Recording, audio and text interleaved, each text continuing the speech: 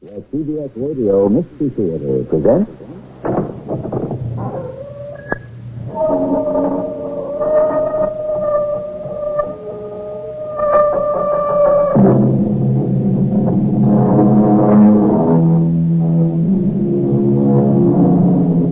in. Welcome. I'm E.G. Marshall.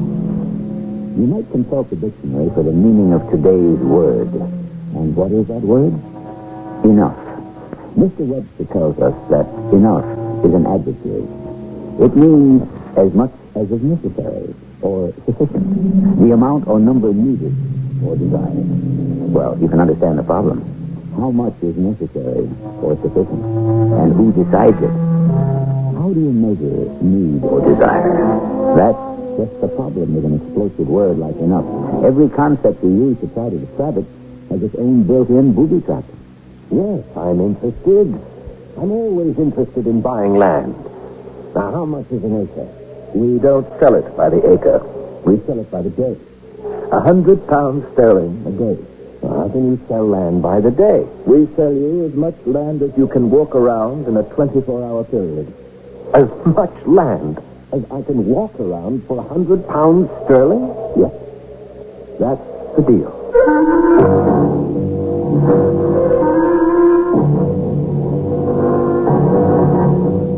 Our mystery drama, How Much Land Does a Man Need, is especially adapted from a story by Leo Tolstoy for the Mystery Theater by Sam Dann and stars Paul Hecht. It is sponsored in part by True Value Hardware Stores. I'll be back shortly with Act One.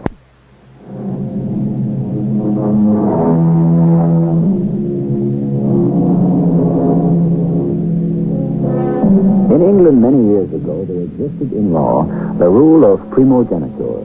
It means that the firstborn son inherited the father's entire estate. What did the other sons do? Well, they did the best they could. Many of them emigrated to one of the 13 colonies.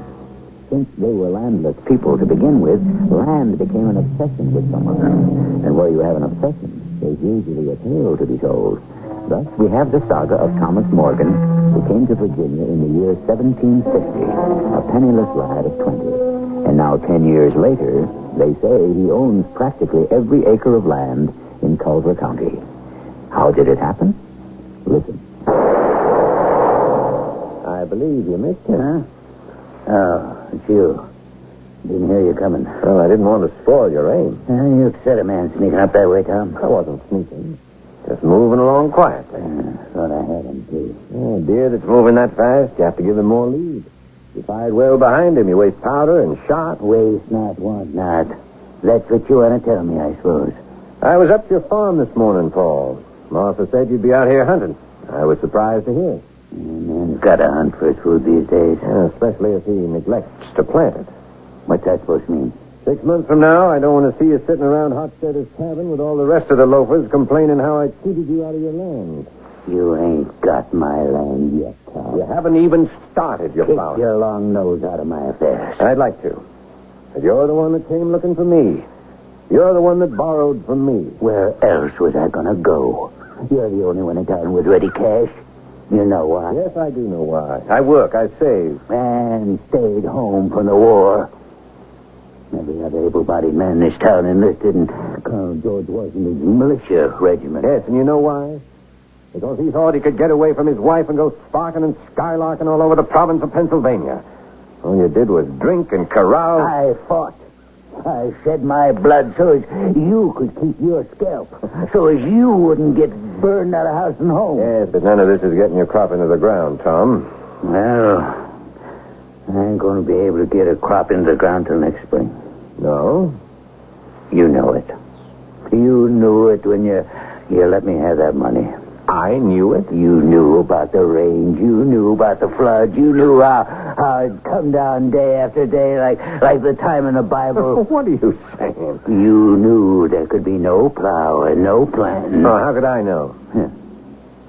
You know how. He told you. He? Who told me? Your Lord and Master, the devil himself. Oh, you're a sick man, Paul Devereaux.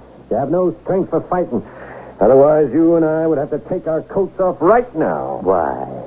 Because I'm saying the truth? You've been drinking whiskey. Everybody knows you made a bargain with the devil. Oh, is that what I did? Didn't you? Why else has every scheme of yours succeeded? I believe in you now, Paul. Before I do something I'll be sorry for. Sorry. Does the devil or any of his own know the meaning of sorrow? Can they even feel remorse? You made me take that money. Now, you just hold on. You came to me. You asked for the money. I did nothing to make you take it. You're going to refuse me? Oh, refused. And then I'd been branded a miser, a skinflint, a man immune to the sufferings of his fellows. You knew I really didn't need the money. I could have scraped along without it. And how would I know that? Your master told you. Offer him the money. He cannot withstand temptation. Make him mortgage his farm. You always wanted that farm. It's more land. You're mad. Offer him the money. He'll drink it away, gamble it away. There's no point to any of this, Paul. And then the land will be yours. I am here to remind you. The note falls due in November. You know I won't be able to pay it. I know that thrift and industry makes all things possible. Now, what if a man ain't thrifty? What if he ain't industrious? He has to be turned out of his house like a beggar? What is it you want me to do? Tear up the note? Give me more time. I already gave you a year. Just a little more time. To do what?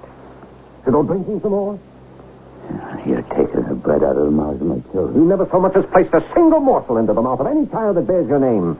The bread they eat, they earn by the sweat of their brow. I got the rheumatism bad, Tom. I got her campaigning with Colonel Washington. I got her marching in the rain, lying down to sleep in the snow. You can't put me out. You just can't. I won't. If you pay your debt. Where am I going to get the money? Where?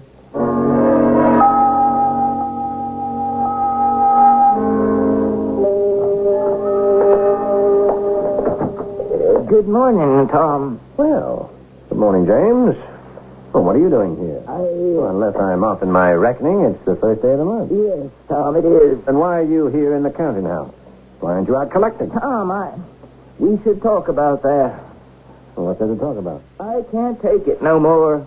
Take what, James? All these folks that owe you money, they're friends of mine. Well, they're friends of mine, too. No, sir, they're not. They're not? I suppose maybe I shouldn't have said that, but it's true. Oh, don't stop. You're the most hated man in Virginia. Because I want my money. Tom, I'm the one that knocks on the doors. I'm the one that has to ask. I'm the one that has to have my heart torn out by the sight of the women crying. I'm the one the men curse at. Where am I going to get the money? Where am I going to get the money? And how do you answer that? Answer them. There ain't no answer. Yes, there is. Work for the money. Work for it. Money is formed from the sweat of your brow. You go into the fields at sunrise, you work till sundown, and that's how you make money grow. You take it from the land. I can't talk that way to people I've known all of my life. Well, if you want to work for me, you'd better learn how. Well, that's a lesson I could only learn from the devil, the way you did. Now, tell me something, James. There's a story making the rounds that I'm somehow in league with the devil. Yes, there is. And do you believe it? I do. Well, then I suppose you want to leave my employ. I should. But? Maybe I can save you. Make you reject the devil. You sound like the parson. Let me save you, Tom. Give up this lust for land. You already have enough. No. How much land does a man need? How much? All he can get his hands on. No, Tom. He needs much less. Considerably less than that. This is getting the day's work done. Tom, I can't go to those poor people and ask them for money I know they don't have. I'm the wrong man for the job. No, James. You're the right man. In a part-time preacher, you can give a person spiritual consolation while you pick up his mortgage.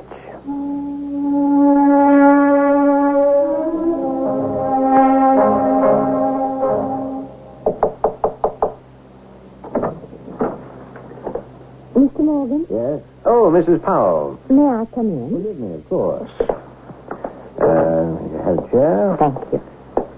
May I offer my sincerest condolences on the passing of your husband? Thank you. Major Powell was a great and good man. Truthfully, he wasn't great, and he could have been better. We needn't discuss Major Powell. Very well. What shall we discuss? So, this is the den of the devil. This is merely my humble counting house. Where was the bargain struck? Oh, in this very room. He appeared to you here? Yes. How? Suddenly. He materialized suddenly, and there he was in that very chair you're sitting in. Really? What did he look like? Oh, just as you might imagine. Horns, pitchforks? Red as a boiled lobster, breathing a sulphurous fire. And you sold him your soul? No, that deal could not be consummated. Why? Well, it turns out I have no soul. Then what happened? Oh, he disappeared. Haven't seen him since. Then there was no bargain. I'm sorry you're disappointed. Oh, alas, the popular legend. And your fabulous successes. Am I to assume they have all been engineered on your own? I'm afraid so. Bereft, as it were, of all Mephistophelian assistance? That is exactly the case. I'm happy to hear that. Well, now, Mrs. Powell, how may I be of aid? Let us return briefly to my late husband, Major Powell. He left me his young children, his home, his plantation, his various affairs, to go soldiering with Colonel Washington of Fairfax County. Yes, I believe I've heard of the gentleman. They were very good friends. Major Powell, unfortunately, received a bullet wound at Fort Duquesne, from which he never really recovered. Colonel Washington and his wife attended the funeral. Well, I'm sorry I was called away on urgent business. Mrs. Washington was a widow. She'd been married to the wealthiest man in Kent County, a Colonel Custis. Yes, the name is familiar. She told me something very enlightening. She said that her marriage to Colonel Washington was something that was destined. Indeed. She was the wealthiest woman in the province of Virginia. He was the most eligible bachelor. He is a man of ability, intelligence, character. She needed a husband for herself, a father for her small children, a manager for her estate. So you see, it was literally a match made in heaven. These affairs that are ordained in heaven usually require assistance down here below. Oh, they were brought together. They had mutual friends who arranged to have them meet. Unfortunately, we do not. We? Yes, we. I am the wealthiest woman in Culver County. You are the richest man. I have children to raise. I have an estate to manage. There is no reason why we shouldn't marry. I see. In the ordinary way, we would have been brought together. There is no shortage of volunteer cupids, except for this unfortunate rumor that came to you. People actually believe you belong to the devil. I've heard that. So I must do all the work myself. I must bring to your attention the desirability of such a match. Have I done so? You have. Then, all that remains is for you to propose. Or would you require some time to think it over?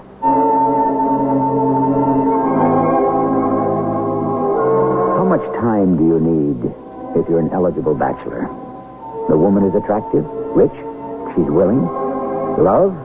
In those days, people didn't marry for love. They married for what were considered to be solid, sensible reasons. I shall return shortly with Act Two.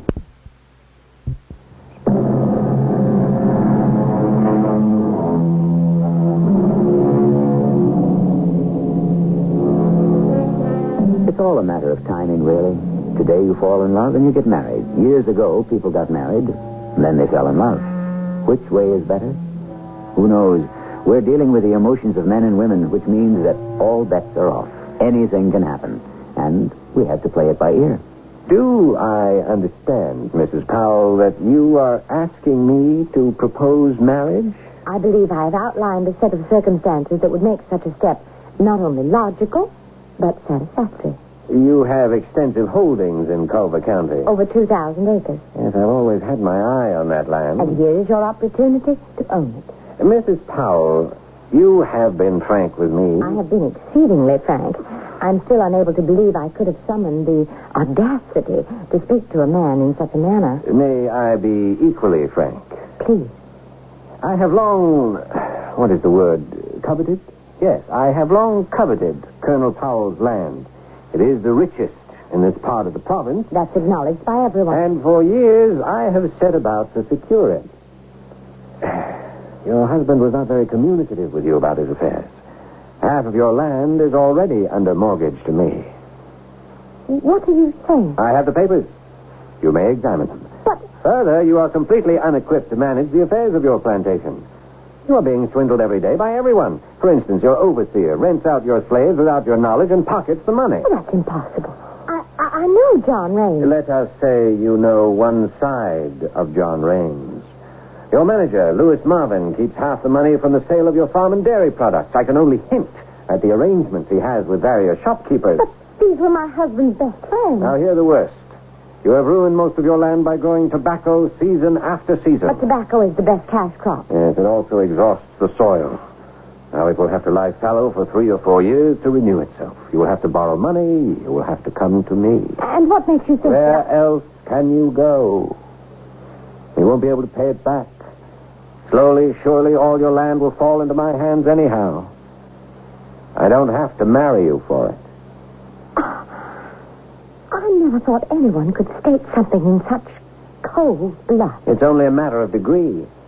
Your proposal to me was hardly warm-blooded. Oh. You brought me a business proposition. You can't deny it. And all I've done is tell you that I can do better. Yes. But isn't there something else? Such as? I'm not unattractive. I can be pleasant, even exciting company. I know how to make a man happy, how to make his home beautiful, his life agreeable. Isn't there such a thing as companionship? Companionship.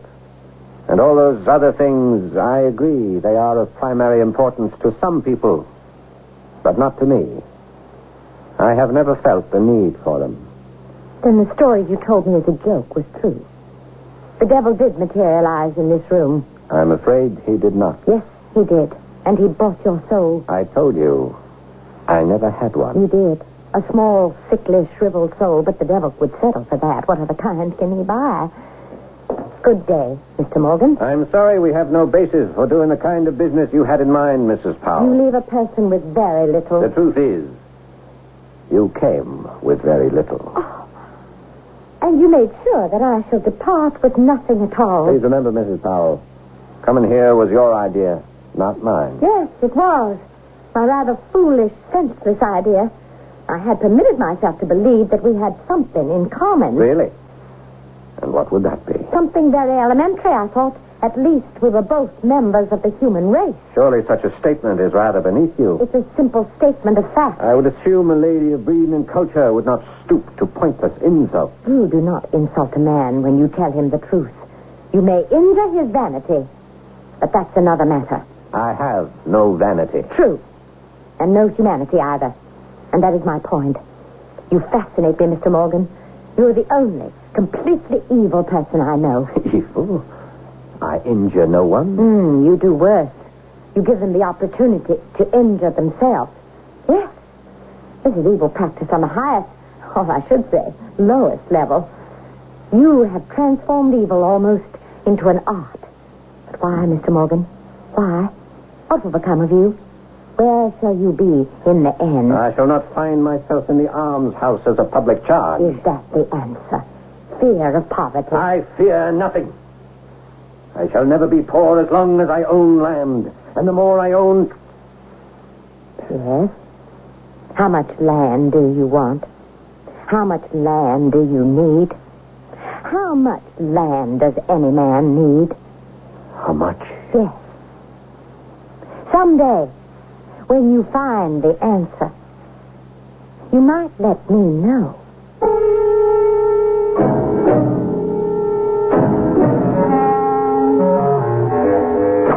Good day, sir. Have I the privilege of addressing Mr. Thomas Morgan, Esquire? You have. And what might your name be? Porter. Peter Doremus Porter, Esquire. How may I serve you, Mr. Porter? I have come to serve you. In what way, sir? Mr. Morgan, your fame has spread far and wide. I'm not aware of the fact that I'm famous. But you are.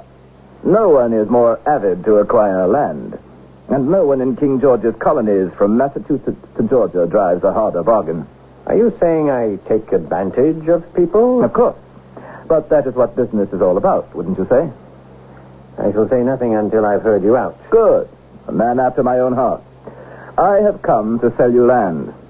Yes, the finest land on the face of the earth. Land that makes everything in Virginia and even the other 12 states look like swamp or desert, which indeed most of it is. I assume you own this land you are offered. No, I am merely an agent, a seller's agent. Where is this land? Over the mountains and far to the west. Are you mad? To the west is the Ohio Territory, property of the Crown. No one may go there, much less buy land. I am not talking about the Ohio Territories.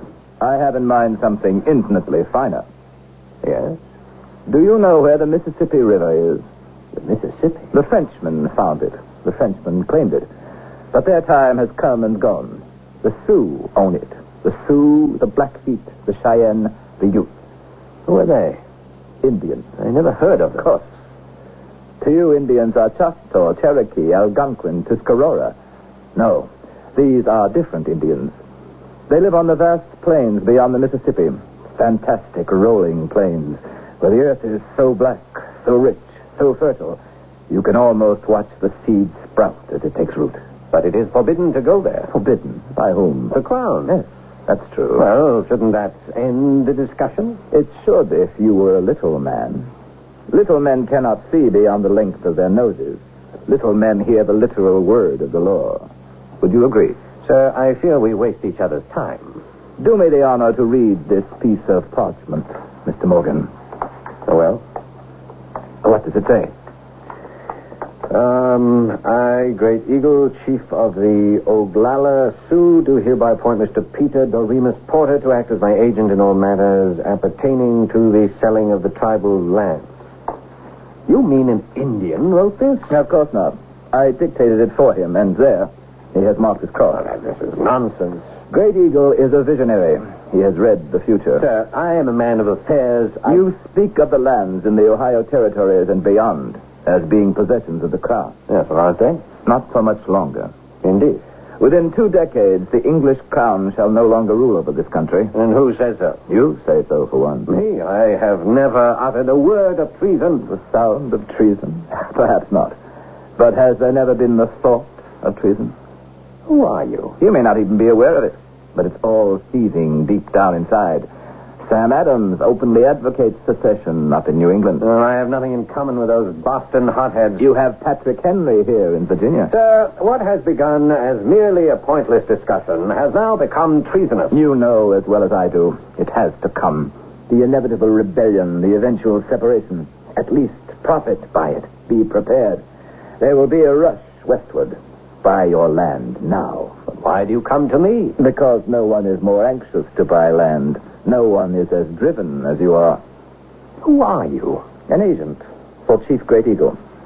Now, listen, my friend. The chief will sell you all the land you want. Yes, but why? Because the chief is a magician. He sees what is soon to happen. Uh-huh.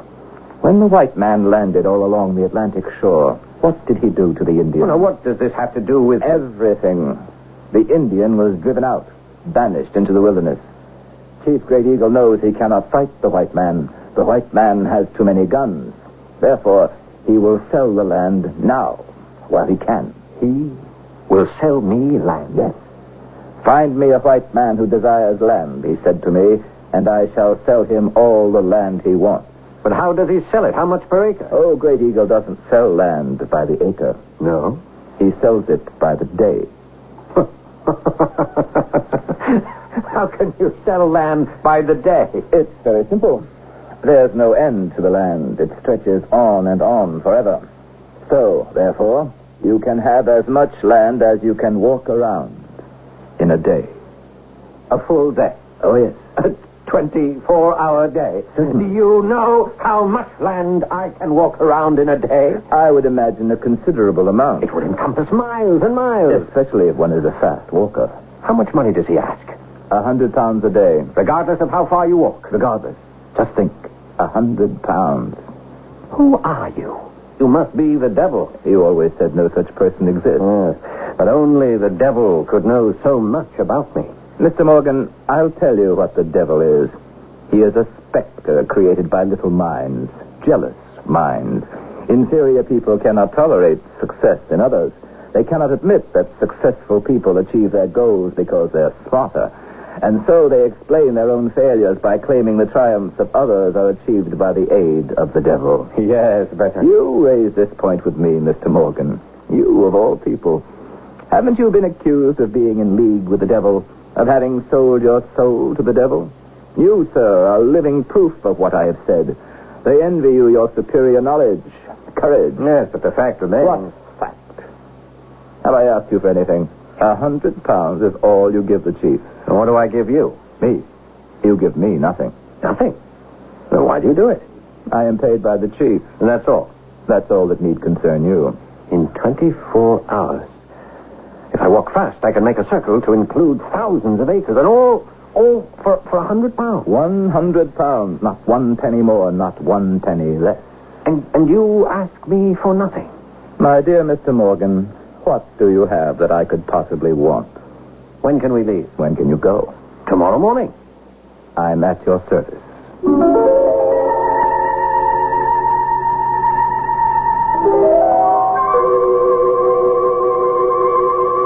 That's what life is, wouldn't you say? A constant journey in which we seek an answer. For some, the journey is longer than others. For some, the answer is more complicated than others. Of course, it all depends on the question. You might philosophize for a moment and ask yourself, what is the nature of your journey? And then, before you know it, I shall return with Act 3.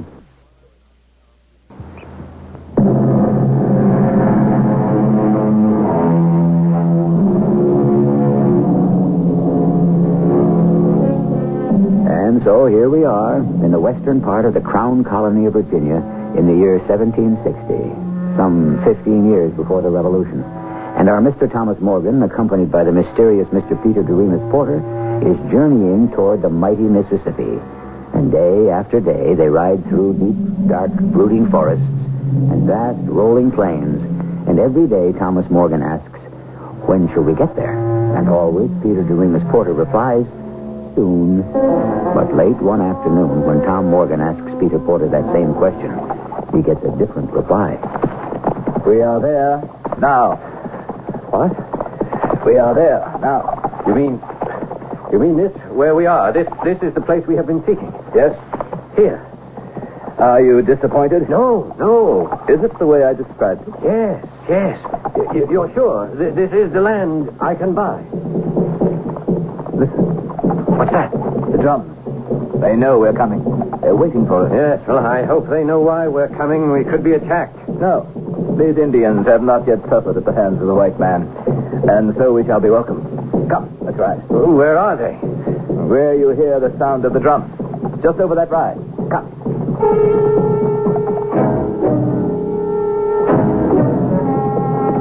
Whoa. Indians. Yes, Indians. Hundreds of them. They attend their chief, Great Eagle. Why are they so quiet? They're a quiet people. They're moving their hands. Why are they moving their hands like that? They're speaking in sign language. Do you understand what they are saying? Yes. They're saying welcome and enjoy long life. Well, now what do? We wait. For what? For the chief to command us to approach. Well, everything is all right, isn't it? I mean, it is going the way it's supposed to, isn't it? Of course. See? He motions us to move forward. Come. Ride slowly. He's a very old man, huh? Very old. Very wise. Go. My brother. My brother. Chief, this is my brother, Thomas Morgan. Then he is also my brother. Why have you come to me, my brother? Answer him. I have come to buy land. How much land do you need? Well, I want all the land I can get. But how much land do you need? How much land do I need? As much as I can walk around in a day. You have not answered my question, my brother. How much land do you need? He has come here to learn the answer. I see. Then let us begin. Now? Yes, now. This is what you came for, isn't it? He knows what he must do. I have explained it. Does he have 100 pounds? In silver, in this little sack. He must place it on ground. Obey him, Thomas. Drop the sack. Well, what do I do now? Dismount. All right. And now, my brother, you must walk. In which direction? In any direction, as far as you like, and you must return. All land you can walk around is yours. But how will I know where I have gone? My brother shall go with you and mark the ground. Do you see setting sun? Yes, I do. See, it begins to disappear beyond the rim of that far distant hill. When it has gone completely, you shall begin to walk. Do you understand? Tell me. I understand. And you must walk all night and all following day. And you must return here to where I stand before the next sun shall disappear over that same hill. Or you lose your 100 pounds. You will have walked for nothing. Go in peace, my brother. Discover how much land you need.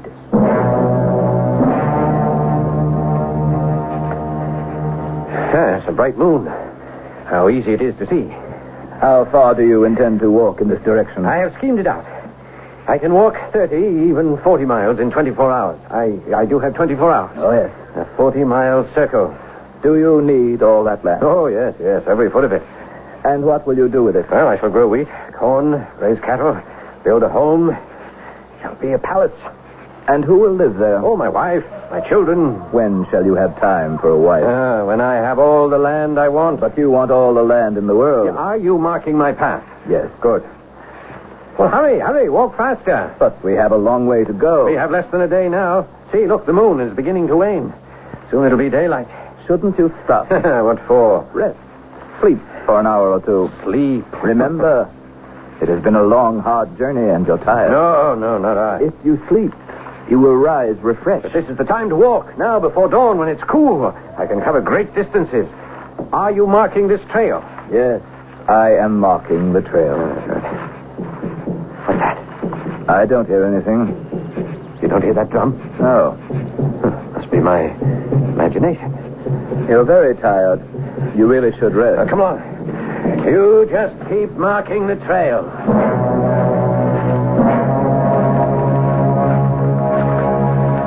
You should sit for a moment. No, come. The sun is very bright, very hot. We shall rest when it's directly overhead, and the heat will be at its worst. Rest now, this beautiful spring. Drink some water. Stop, if only for a minute. In a minute, I can walk 200 or 300 yards. Now, do you know how much land that is? Do you know how many bushels of wheat you can plant? How many stalks of corn you can grow? Your face is flushed. You're breathing heavily. You're drenched with sweat. Just mark the trail. Just mark the trail.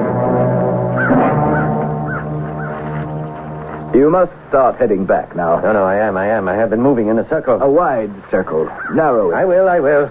No, wait. I must go to the right again. See that hollow? Perfect for growing flax. You are limping? Nothing. My feet. Rest. You still have time.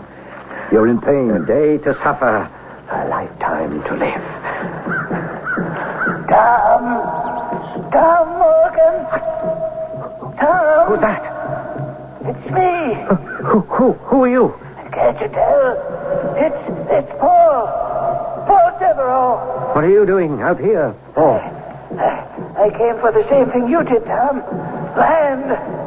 But I was too greedy. I walked too far, too fast. Help me, Tom. How can I help you? Bring me some water. I'm dying of thirst. I don't have any water. There's a stream just a mile away. You passed it. Yes, I know. Please go back there. Get me some water. I don't have time. Tom, I gotta have some water. It's past noon. The sun's getting lower in the sky. Tom, please. Don't leave me. Don't leave me here to die. Hello, Tom. Sally Powell. Why are you here? For the land. Sally, am I dreaming? come back with me. Go back with you. You said you wanted to build a home for wives, for children. I do, but... Then you must begin now. Walk back with me and start to build now. Don't you have enough land? No, I don't have enough land. I'll never have enough land. Yes, you will. I'm wasting time standing here talking to you. I've already lost a cornfield, a wheat field, a stand of timber. You'll have enough land one day, Tom Morgan. One day you'll discover you have just enough. Tom, wake up. What? You must wake up. It's time to start back. I've been sleeping. Yes. How long? How long have I been asleep? The sun. Look, the sun it's getting lower. You had just enough time to get back. Why did you let me sleep? You just fell to the ground. I tried to wake you. I must get back. The sun will go down. Have you been marking my trail? Wait. You're going in the wrong direction. No. That piece right up ahead with the stand of trees. I want it. I have to have it. No, Tom. You have enough. No. Start back. Start back now. Or you won't have any at all. Just as far as that little, pretty little brook. The sun. Look at the sun. It's no longer a brilliant yellow flame. It's become a dull red ball. Look at the sun. Soon you won't be able to see it anymore. You're right. You're right. I have to get back. Now. We must hurry. Yes. I'm walking as quickly as I can. Faster, Tom. Oh. You'll have to run. I'm so tired. You won't get the land. All this great and beautiful land. You won't get any of it. It's fine. Not if you don't get back before sunset. Back where? Where? Up ahead. Up that hill. So far. Run. So far. Run, Tom. I can't breathe. The sun is a great red ball, and the lower part of the rim is already touching the top of the hill. Hurry! That's it. Don't stop. No. You make it. Can't. Keep going. My leg. I know your heart is bursting. Your legs are melting. Stop. Stop now. Stop. And you lose the land. Oh. All the land. Do you want to lose the land? No, never. I'll make it. Faster. The sun. The sun is already over the hill. Faster. Faster.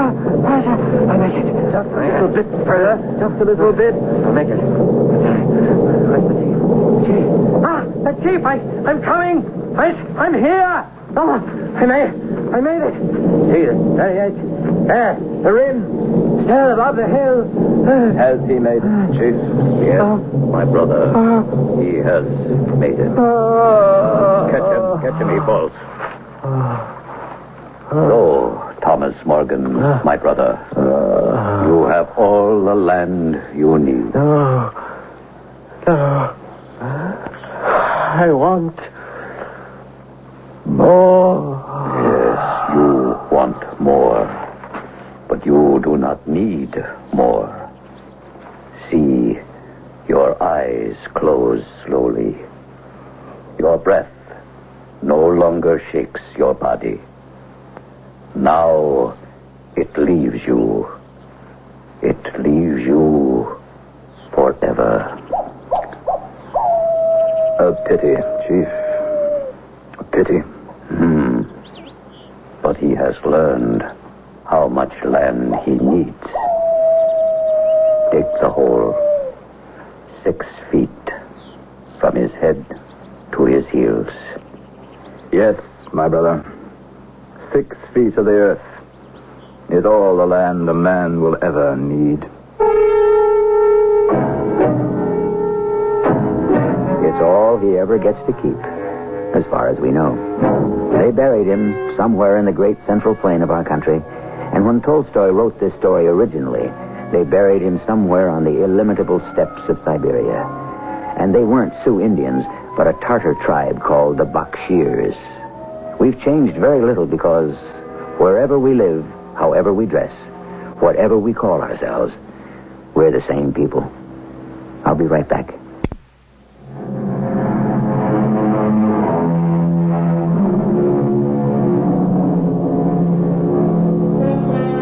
We began our story with a philosophical discussion concerning the word enough. How much is enough? Are we any wiser now? Our story took place before the so-called Industrial Revolution. Today, science has given us measuring instruments of fantastic accuracy. We can measure the width of the nucleus of the invisible atom. If only we could measure the intensity of the simple human emotions. What is enough? And when does it become too much? Our cast included Paul Hecht, Gordon Heath, Patricia Elliott, and Ray Owens. The entire production was under the direction of Hyman Brown. And now, a preview of our next tale. Why, you're not a man at all. You got hair clean down to your waist. Here, take your cap and tuck it up. Back up again. No wonder you wouldn't shoot. Who are you, anyhow? My real name's Loretta Janet. Well, it doesn't matter. I grew up in a convent.